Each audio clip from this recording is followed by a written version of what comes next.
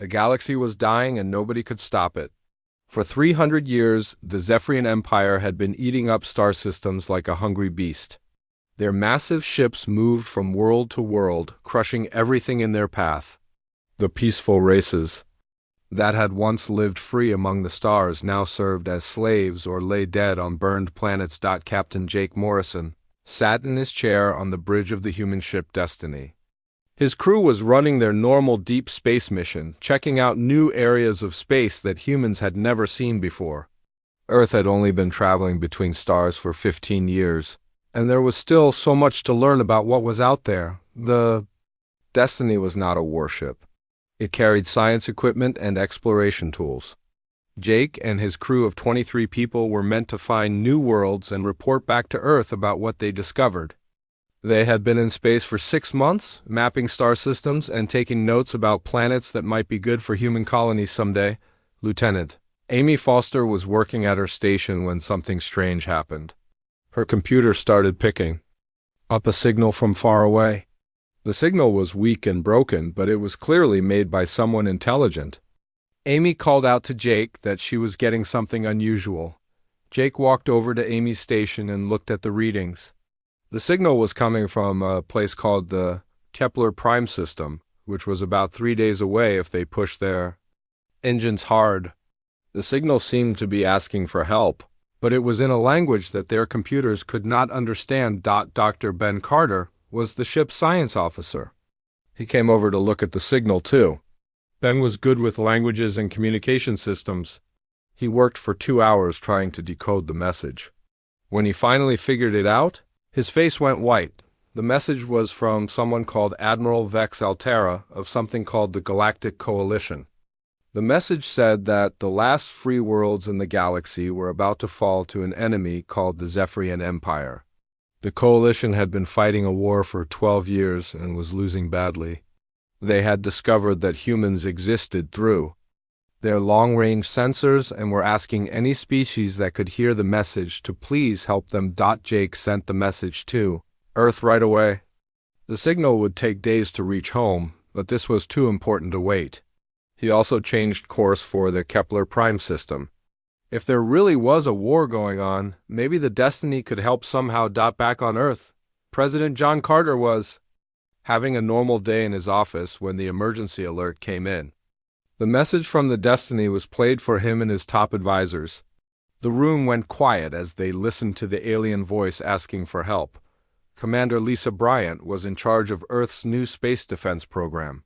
She had been a military officer for 20 years before taking the job.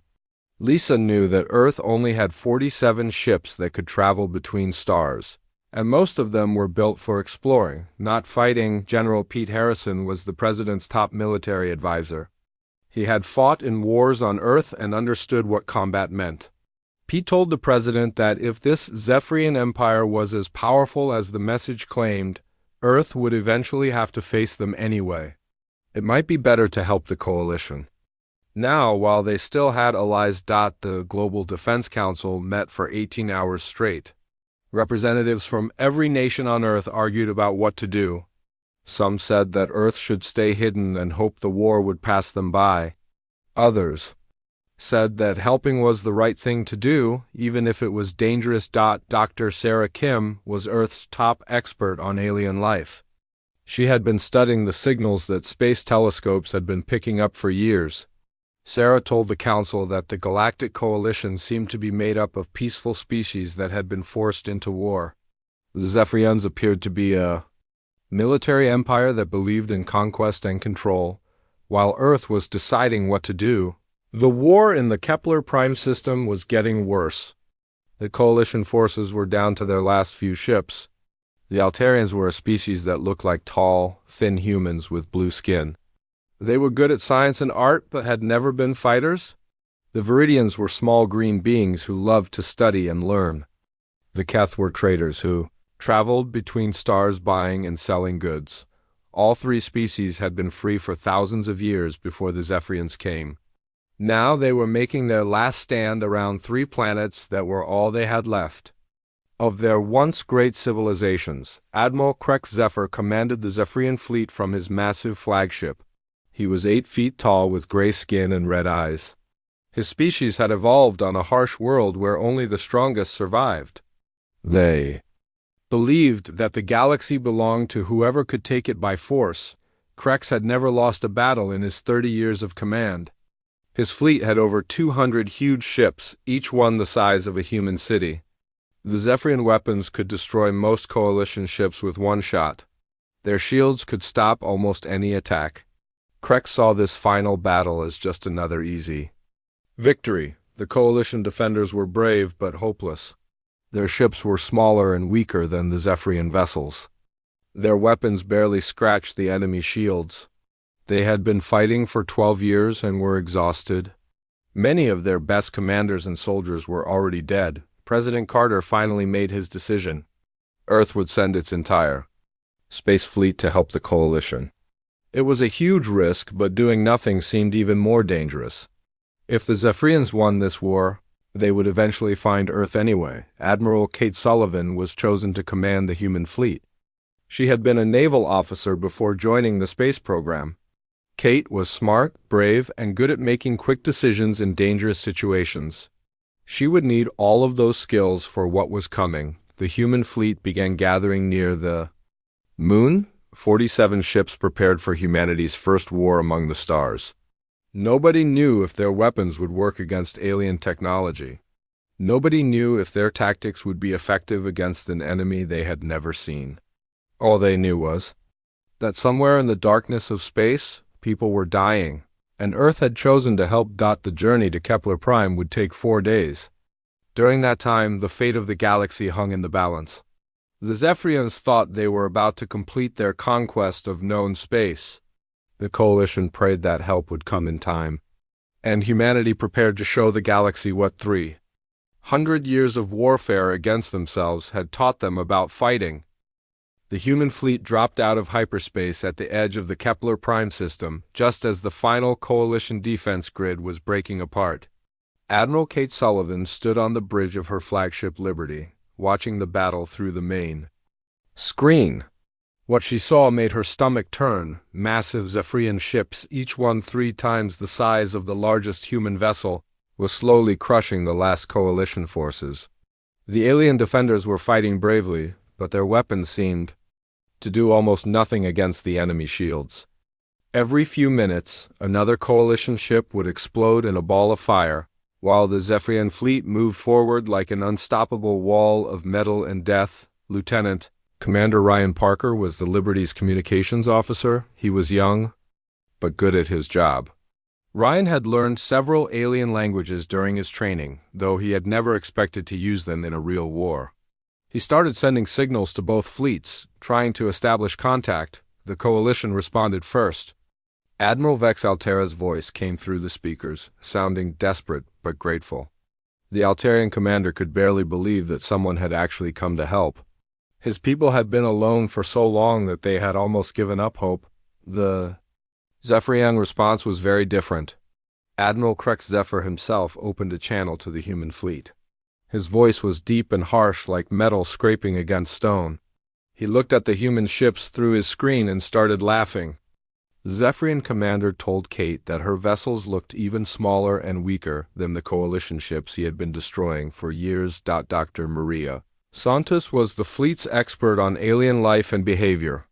She had been listening to Zephyrian communications since they arrived in the system.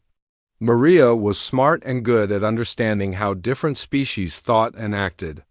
What she discovered about the Zephyrians was very important. The enemy empire had built their entire way of fighting around one simple idea: use the biggest, most powerful weapons possible and attack straight ahead. They had been doing this for 300 years, and it had always worked. Every species they had ever fought used similar tactics. Just with smaller ships and weaker weapons, the Zephyrians had never seen guerrilla warfare. They had never dealt with stealth attacks or enemies who fought in unexpected ways. Their ships were built like flying fortresses, powerful but slow and hard to turn. They always fought in neat formations, following strict rules that had brought them victory after victory. Captain Danny Rodriguez commanded the human stealth ship Phantom. His vessel was small and quiet, designed to sneak around without being seen. Danny had been a submarine commander back on Earth, so he understood how to hide and strike without warning. The Phantom used cloaking technology that worked differently from anything the galaxy had seen before. Danny took his ship close to the Zephyrian fleet without being detected. He studied their ships and shields, taking readings and pictures. What he found was exactly what Dr. Santos had predicted. The enemy shields were incredibly strong against energy weapons like lasers and plasma beams, but they had a serious weakness. The Zephyrian shields were designed to stop the kind of weapons that every known galactic civilization used. They could absorb or deflect energy attacks that would destroy most ships. However, they were not built to handle the kinetic weapons that humans still used. Bullets, missiles, and nuclear bombs could pass right through shields that stopped laser beams. Colonel Sam Johnson was in charge of the human Marines.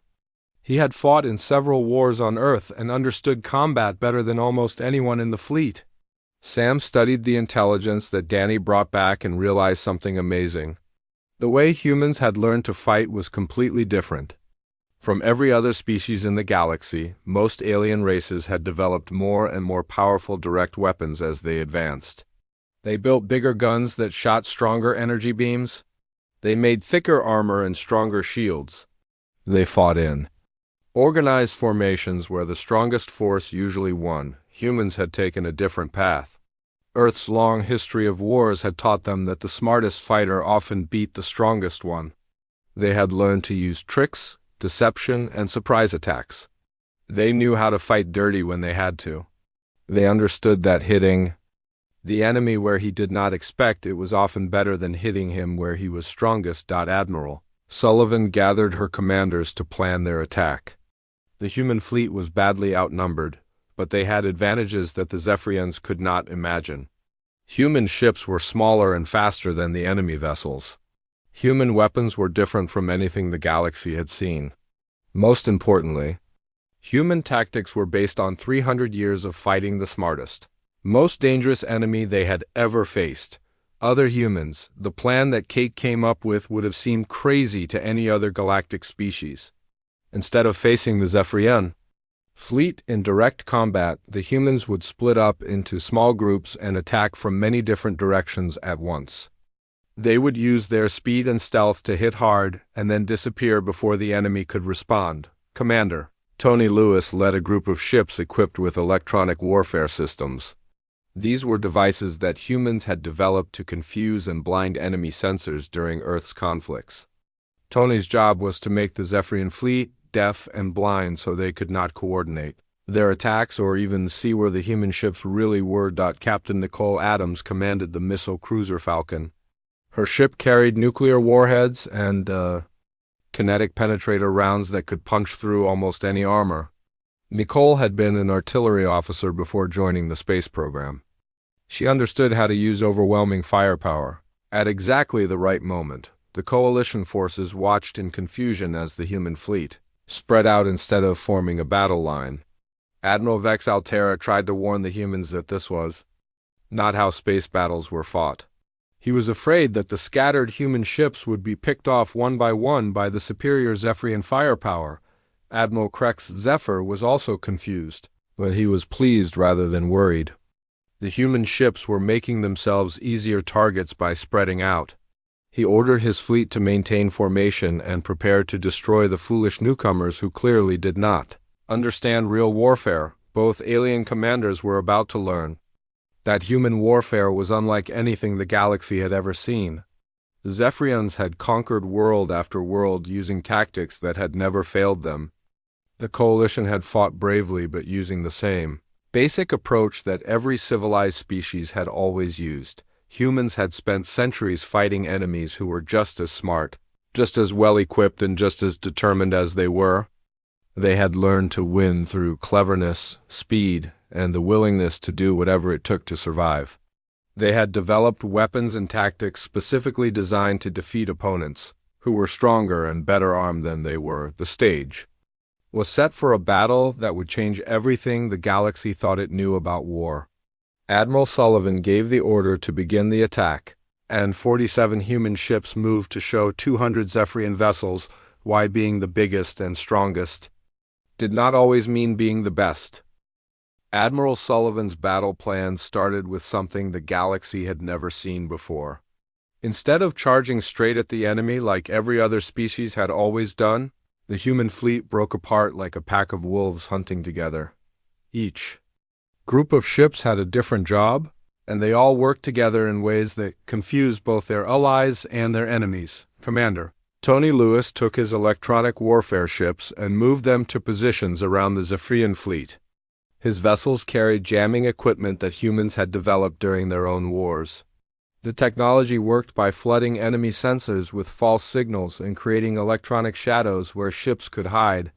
When Tony activated his systems, something amazing happened. The Zephyrian sensors, which had been tracking every ship in the system perfectly, suddenly could not tell what was real and what was fake. Their screens showed human ships everywhere and nowhere at the same time. Some of the readings said there were thousands of human vessels, while others said there were none at all. Admiral Krex Zephyr had never experienced anything like this in 3 decades of warfare. His ships were designed to fight enemies they could see and target clearly. The Zephyrian weapons needed precise sensor data to lock onto targets, but now their computers were getting confused information that made accurate shooting impossible. Captain Nicole Adams saw her chance and took it. The Falcon moved into attack position while the enemy was still trying to figure out what was happening to their sensors. Nicole had loaded her ship with the most powerful weapons humanity had ever built: nuclear missiles and tungsten penetrator rounds that could punch through solid metal like bullets through paper. The Zephyrian shields had stopped every energy weapon the Coalition had ever fired at them. Plasma beams that could melt mountains bounced off harmlessly. Laser cannons that could cut through asteroids did not even leave marks on the enemy armor.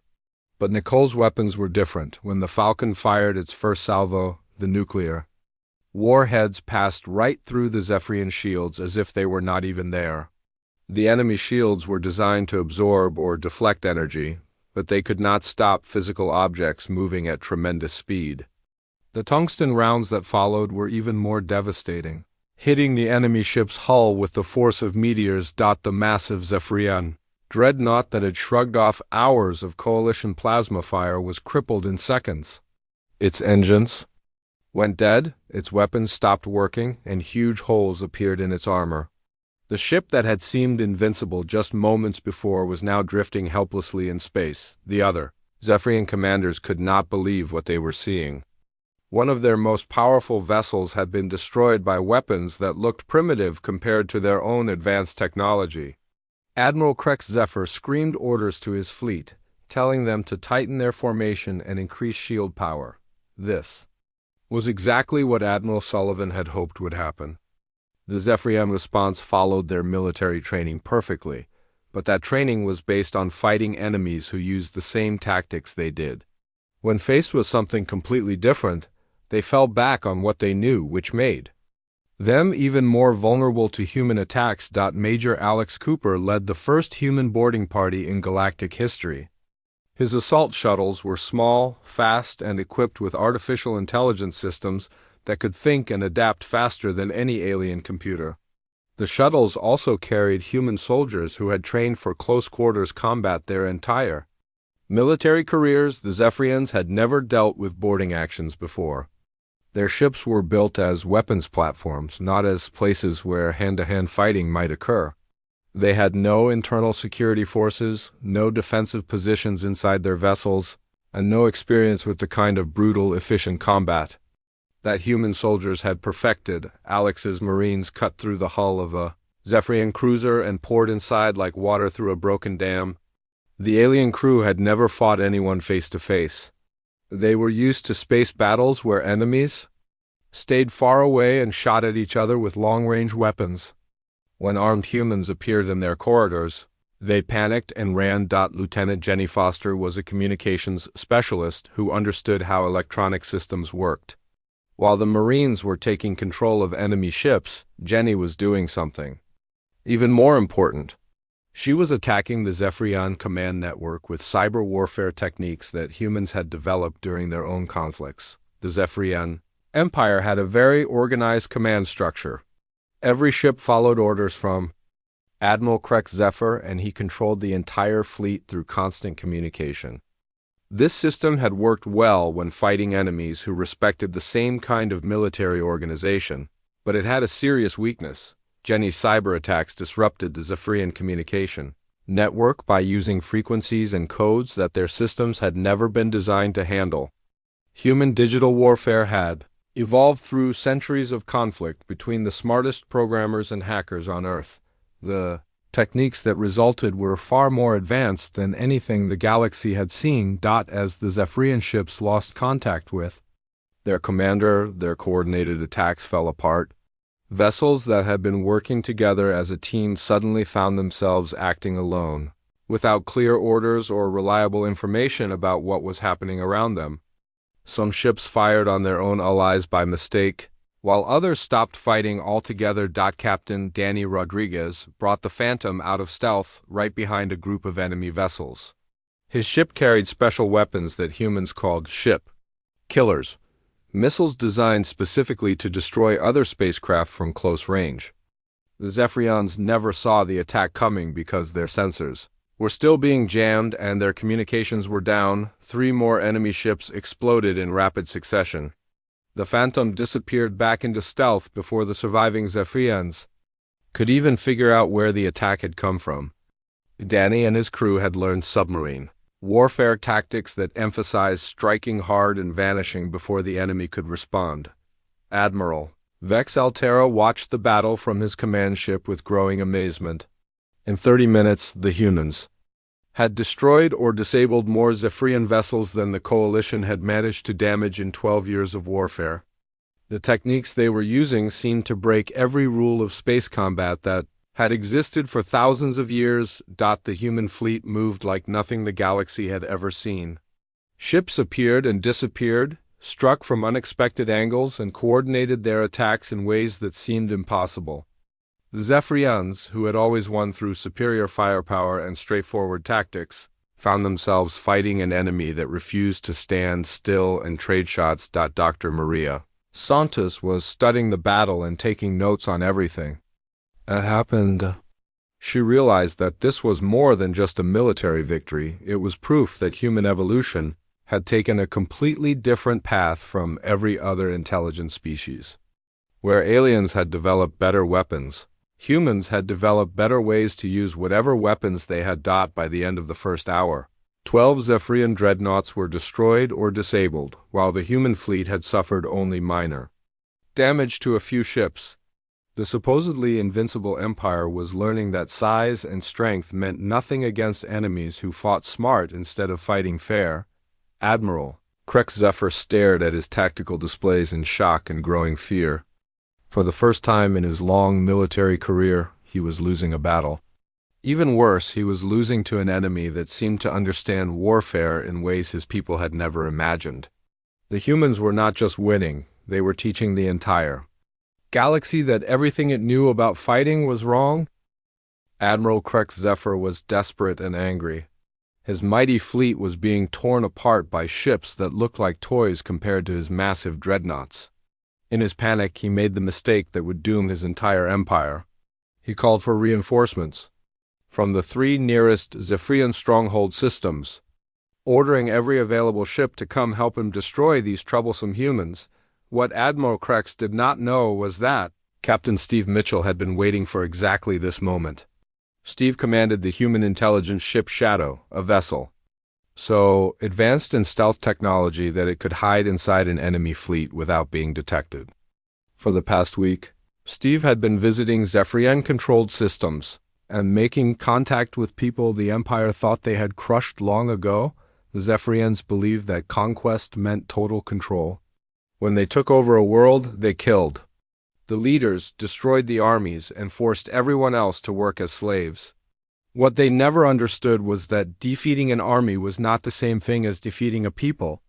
On every world they had conquered, small groups of rebels had survived by hiding and waiting for a chance to fight back. Captain Steve had found these resistance movements and given them something they had never had before: hope.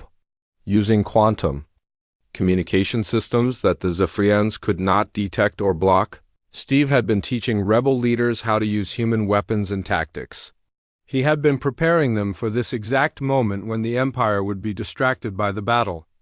At Kepler Prime. Commander Beth Taylor was Steve's specialist in guerrilla warfare. She had studied every resistance movement in human history and understood how small groups could defeat much larger forces through clever planning and surprise attacks. Beth had been working with rebels on 17 different Zephyrian worlds, teaching them to strike at the most important targets while avoiding direct confrontation with superior forces. When Admiral Krex's call for reinforcements went out, the resistance movements struck all at once. On world after world, Zephyrian supply depots exploded. Communication centers went dark and military bases came under attack from enemies who seemed to appear from nowhere. The human-supplied weapons were designed to be simple, reliable, and devastating against the kind of targets that kept an occupation force running. The Zephyrian Empire had spread itself thin across hundreds of star systems. They had never needed large garrison forces because no conquered people had ever successfully rebelled against them.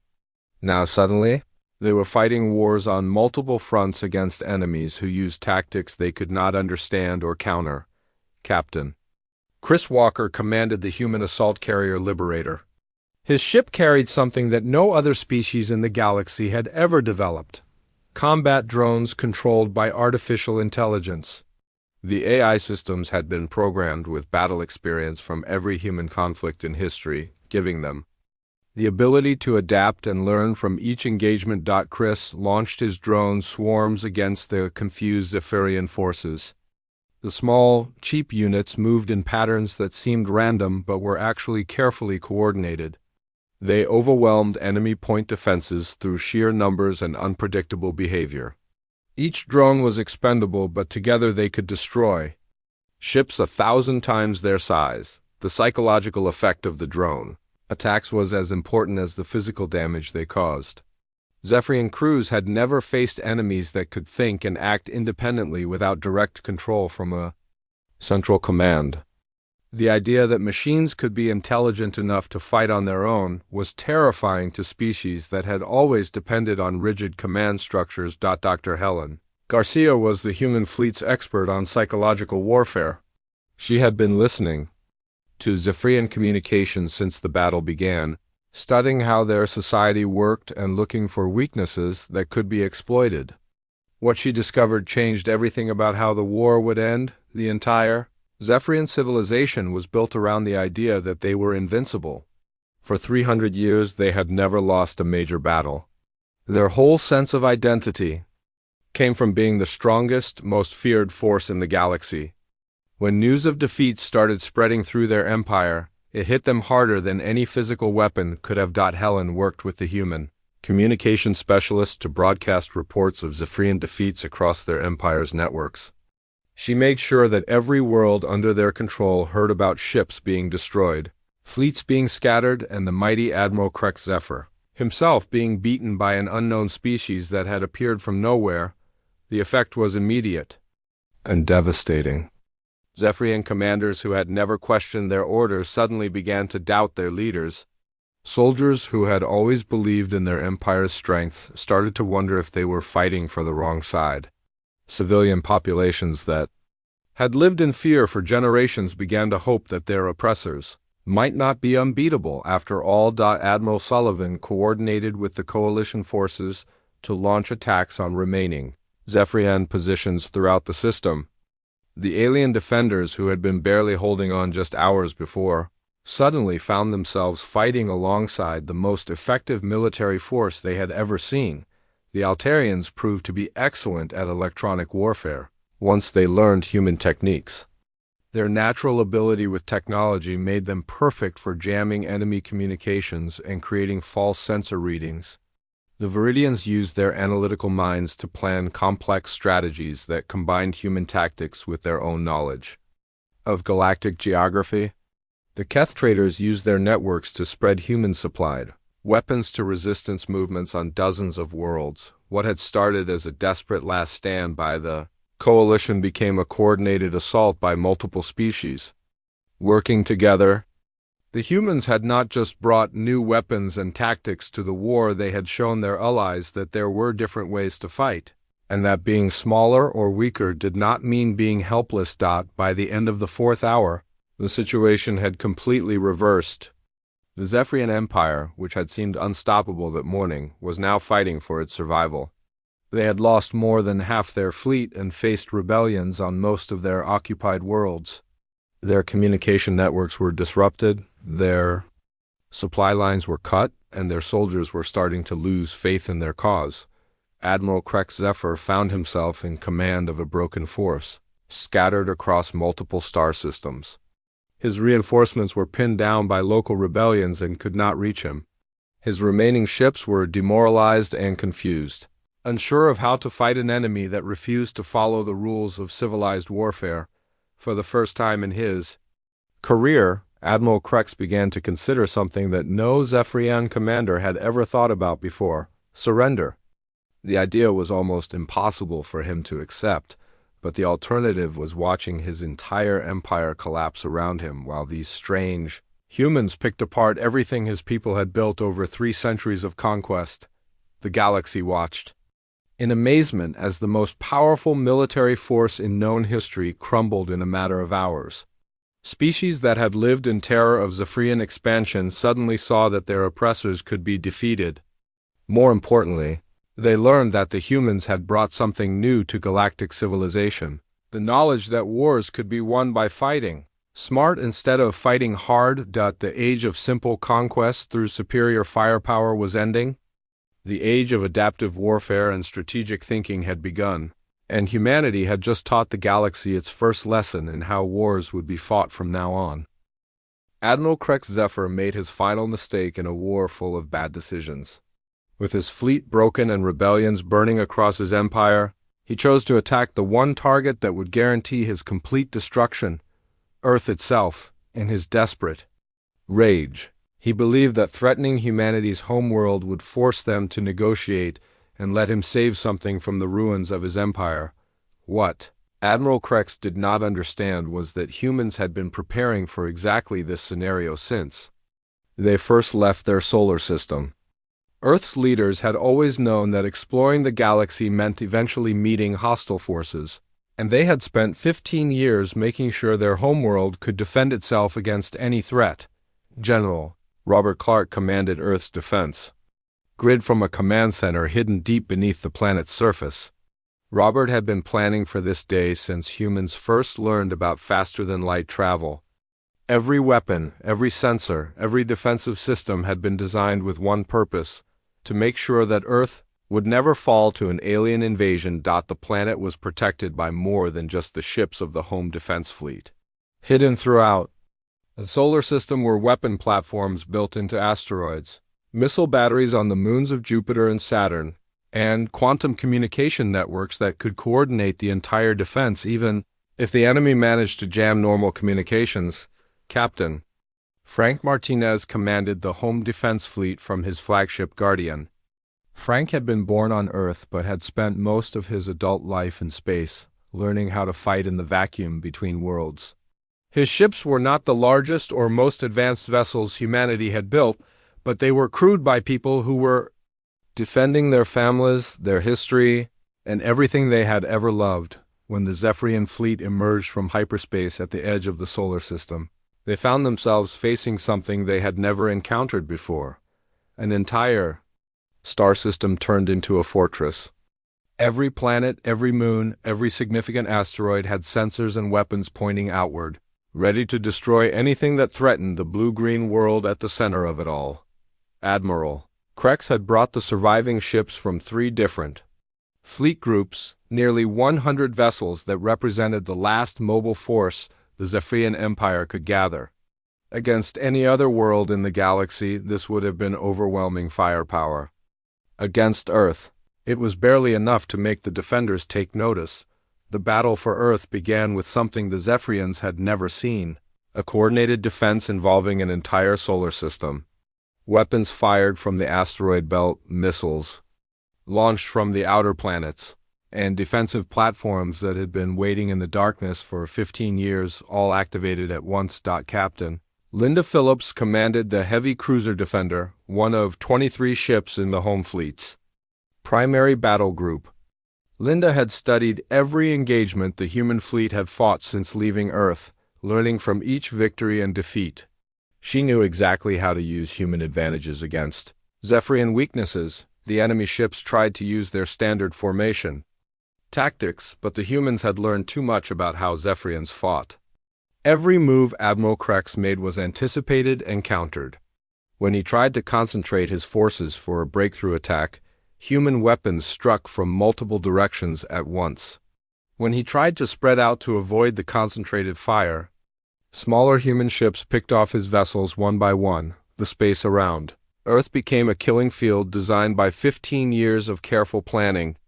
The Zephyrians found themselves trapped in a web of overlapping defensive zones where every movement brought them into range of new weapons. Their shields, already weakened by hours of fighting, began to fail under the constant bombardment. Major Tom Wilson led a boarding party that captured Admiral Krex's own flagship. Tom and his Marines used the same assault tactics that had worked throughout the war: strike hard, move fast, and give the enemy no time to organize a response. The Zephyrian crew, already demoralized by their defeats, surrendered rather than face human soldiers in hand-to-hand combat. Admiral Krex Zephyr found himself a prisoner on his own command ship, staring at creatures he had dismissed as primitive just hours before.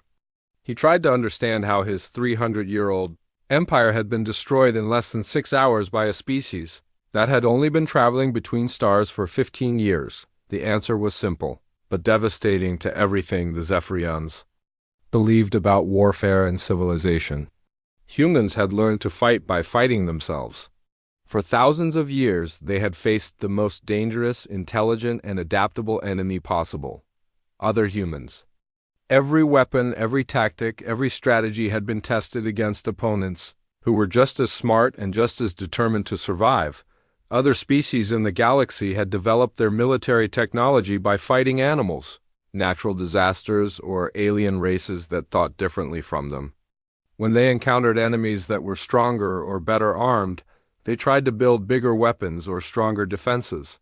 They had never learned to win through cleverness, deception, and the willingness to fight dirty when necessary. The battle for Earth lasted exactly 37 minutes from the first shot to Admiral Krex's capture. The Zephyrian fleet was completely destroyed or captured, with only a few scout ships escaping to carry news of the defeat back to what remained of their empire. President Carter addressed the galaxy from the White House, with Communications Director Amy Watson making sure his words reached every inhabited world. His message was broadcast in hundreds of languages to species that had never heard of Earth just days before. The president's words were simple but clear. Earth wanted peace and cooperation with all species, but would defend its friends and values with the same determination they had shown against the Zephyrian Empire. The age of conquest through brute force was over. From now on, the galaxy would be shaped by those who could think, adapt, and work together rather than those who could simply build the biggest guns. Admiral Sullivan sent her final report to Earth. Command summarizing a war that had changed everything. She wrote that humanity had not won because their ships were larger or their weapons more powerful. They had won because their greatest weakness, their long history of fighting each other, had become their greatest strength when facing an enemy that had only known easy victories. The Zephyrian Empire formally surrendered 6 hours and 14 minutes after the first human ship had entered the war. The document was signed aboard the Liberty by Admiral Krex Zephyr himself, witnessed by representatives of every species in the Galactic Coalition. The galaxy would never be the same. Hundreds of worlds that had lived under Zephyrian occupation were suddenly free. Species that had hidden in the darkness for centuries began to emerge and contact the coalition. The rigid military thinking that had dominated galactic warfare for thousands of years was replaced by new ideas about how conflicts should be fought and resolved. Humanity took its place among the stars, not as conquerors but as teachers. They shared their knowledge of tactics, strategy, and military technology with any species that wanted to learn. More importantly, they taught the galaxy that being different was not a weakness but a strength, and that the best way to survive in a dangerous universe was to learn from everyone around you. The war that was supposed to end with the complete domination of the galaxy by one empire instead ended with the birth of a new age of cooperation and mutual defense. The humans had shown that even the mightiest force could be defeated by those who were willing to think differently and fight for something greater than themselves. Admiral Krex Zephyr spent his remaining years in comfortable captivity on Earth, studying human history and trying to understand how a species that had spent so much time fighting itself had become the most effective military force in the galaxy. He never found a complete answer, but he learned to respect the strange creatures who had taught the universe that there was always more than one way to win a war.